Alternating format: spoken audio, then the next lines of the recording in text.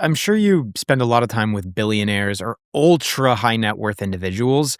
What differences do you notice in those sorts of people as opposed to your everyday person? Very little.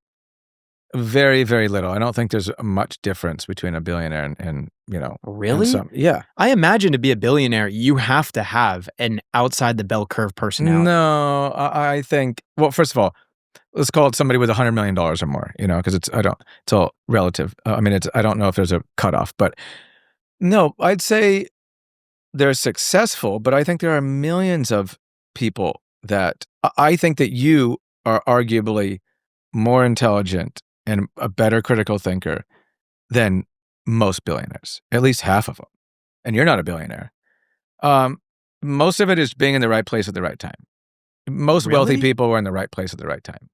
Yeah, I'm not saying they're not smart. You have to be smart, and you have to be hardworking, and you have to be in the right place at the right time. That's how I'd say 75% of billionaires. But I tend to believe that it's not like a switch, like a light switch, and it's like, okay, I made this one correct decision, I was in the right place at the right time, and I became a billionaire. It's more so like you got an opportunity, and that opportunity led to another one. You made the right decision there, and you made the right decision there. You failed, and you learned from it, and it's like it's a series of good decisions. I would disagree. I'd say it's usually right place at the right time. So you think most people, if given that exact right place, right time opportunity, not most people, but like most a lot intelligent, of people. hardworking people, yeah. I think you could replace top 1,000 wealthiest people in America with probably a million other people, and nobody would know. So you said 2 million, intelligent, 3 million other people. I truly don't think that I think arguably if you personally were put in the position of half the billionaires in this planet, you would have done equaled or greater. But you said intelligent and hardworking. Thank you. Yeah. If you said intelligent and hardworking, so you think those are very important characteristics for someone that is going to achieve that level of success. Yeah, I think those are the two. I think someone generally a very successful person is a generally a problem solver, and a problem solver requires critical thinking skills and a certain level of intelligence. And I think all of that also needs hard work.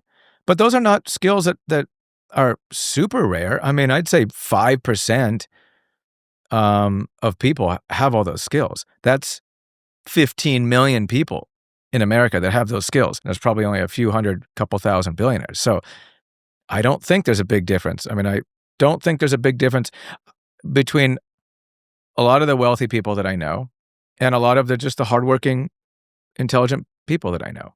I've got a lot of friends that are no less hardworking or intelligent than billionaires, and they're worth, nothing. That is a really interesting thing to point out, because now I'm thinking about people we've had on the podcast or just people I've met, and you take the archetype, the type of human that wants to achieve billionaire status, and they chase it and they chase it and they chase it. Those are never the billionaires that I met. That are like, I always wanted to be a billionaire. Every billionaire that I've met has been someone like Papa John. It's been someone who's achieved this ultra wealthy status, not because they wanted to be a billionaire, but because it just kind of happened to befall on them. Like, I don't think that wanting to be a billionaire. Listen, does everyone want to be wealthy to some degree? I'm sure that everyone thinks about that.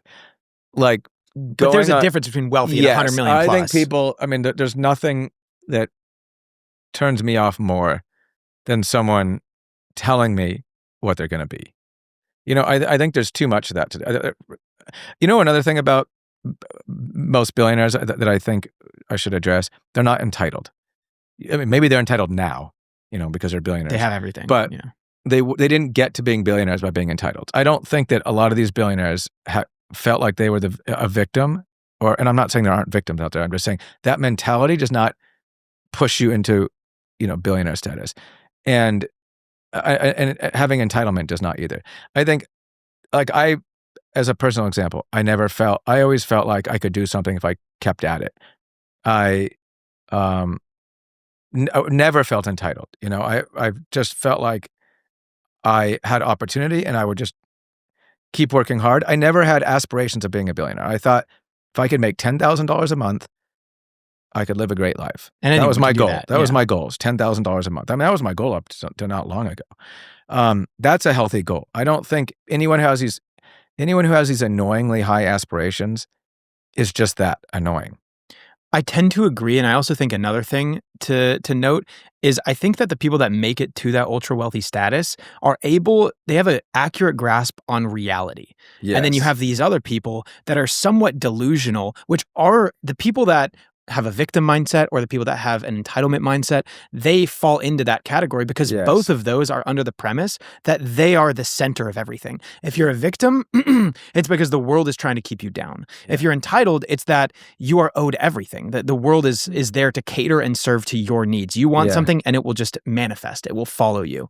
And so the other people are like, no, the reality exists in the same way that just the reality exists. Like I'm here, I'm placed here, and I need to do my best to see reality for what it is, play my cards right, and basically have an accurate prediction engine of, do I see reality for what it is? Do I predict if I make this action, will this outcome occur? And it's And not if and it's you're not able to just do one that, you have an action. accurate grasp on reality. I think that was super well said. And I also think that some people think that it's just one decision or one big bet or whatever that's going to make them wealthy. That's a terrible approach. I mean, go in and say, I want to be successful in this career.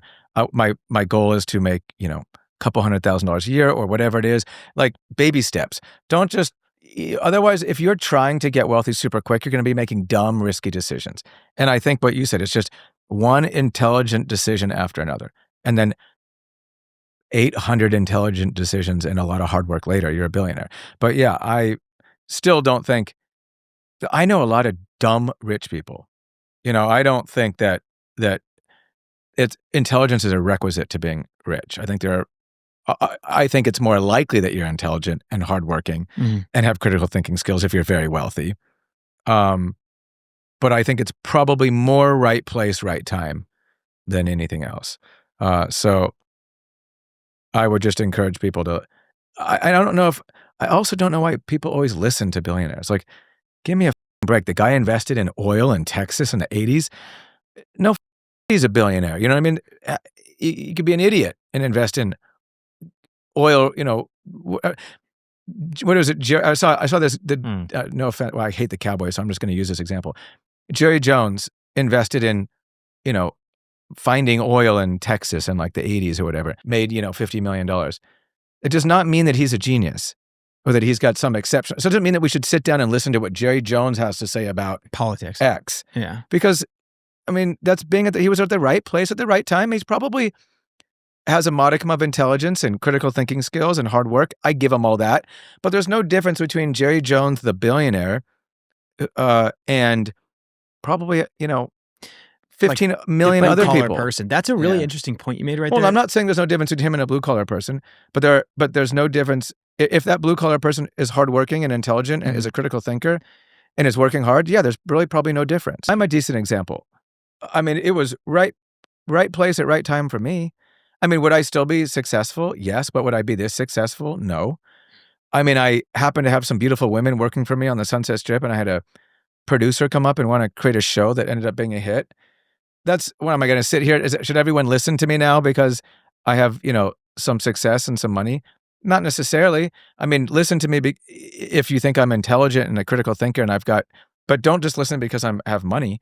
I was a lot of my money, at least a decent amount of my money has to do with the fact that I was at the right place at the right time. I'm not going to take credit for that.